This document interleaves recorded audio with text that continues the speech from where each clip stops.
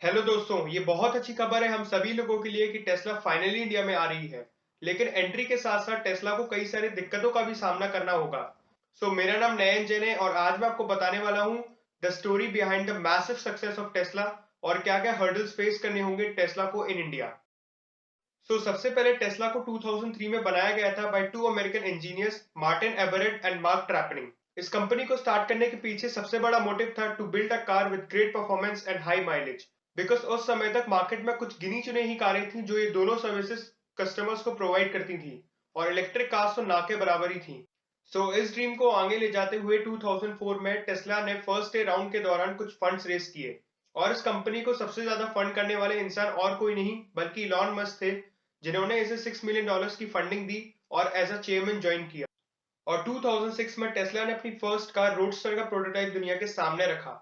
But इस समय तक टेस्ला के दोनों को-फाउंडर्स रिजाइन कर चुके थे। Under the command of new CEO Jeff डेरविव, टेस्ला ने फाइनली 2008 में अपनी फर्स्ट कार लॉन्च की जो थी रोडस्टर।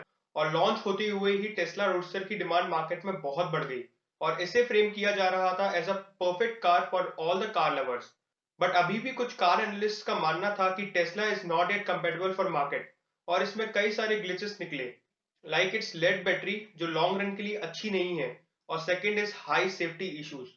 और इसी के चलते ही 2012 में फाइनली टेस्ला को रोडस्टर की प्रोडक्शन रोकनी पड़ी और इलॉन मस्क ने 2016 में ये खुद एडमिट किया कि Tesla roadster was a complete disaster. अब अगर हम 2008 से टेस्ला की जर्नी के बारे में बात करें, जब कंपनी को अपना नया सीईओ मिल चुका था जो थे इलॉन मस्क। 2008 में टेस्ला एक बहुत बड़े फाइनेंशियल क्राइसिस से जूझ रही थी, जहां उनके पास इतना पैसा नहीं था कि वो रोडस्टर की प्रोडक्शन सही से कर पाए। इस फाइनेंशियल क्राइसिस से बाहर आने के लिए इलॉन मस्क ने यूएस गवर्नमेंट से $456 मिलियन का लोन लिया और 2010 में टेस्ला को एज अ पब्लिक डिक्लेयर किया, जहां फर्स्ट आईपीओ में टेस्ला ने $226 मिलियन रेस किए। यहां से टेस्ला ने कभी पीछे मुड़ के नहीं देखा।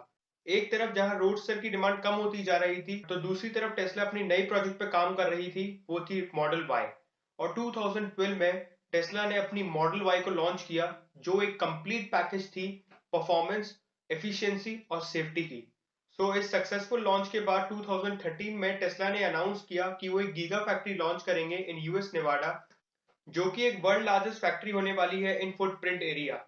और इसके बाद से हम टेस्ला को टेस्ला मोटर्स से नहीं बल्कि टेस्ला आईएनसी के नाम से जानने लगे थे, क्योंकि इस समय तक टेस्ला कार का प्रोडक्शन ही नहीं बल्कि सोलर रूफटॉप्स और लिथियम आयन बैटरीज का भी प्रोडक्शन कर रही थी। पर इस जर्नी के बीच में 2018 एक ऐसा साल आया जहां टेस्ला की वैल्यू अराउंड $10 बिलियन तक गिरी और इलॉन मस्क को अपना चेयरमैन का पद भी छोड़ना पड़ा due to different lawsuits against him.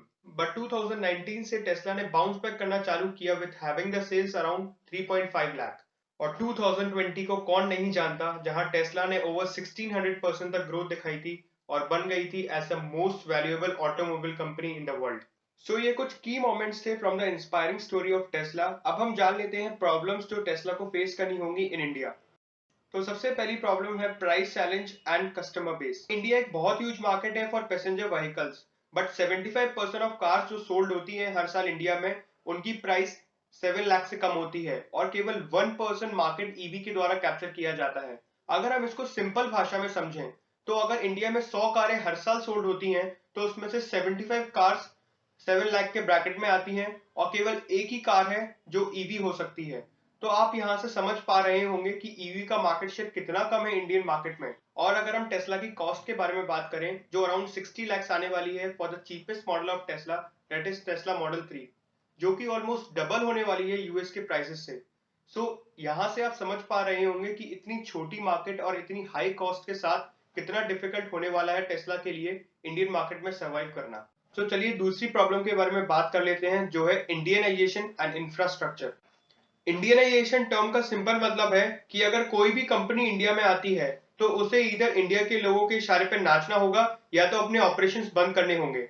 इसका फॉरमोस्ट एग्जांपल है मैक आलू टिक्की, जो स्पेशली इंडियन मार्केट के लिए बनाई गई है बाय मैकडोनल्ड्स। और इसका अदर एग्जांपल्स हैं लाइक कार टायर एड्स जो आप टीवी पे देखते होंगे, जो हमें 100% सेफ्टी इंश्योर करते हैं अगेंस्ट इंडियन रोड्स।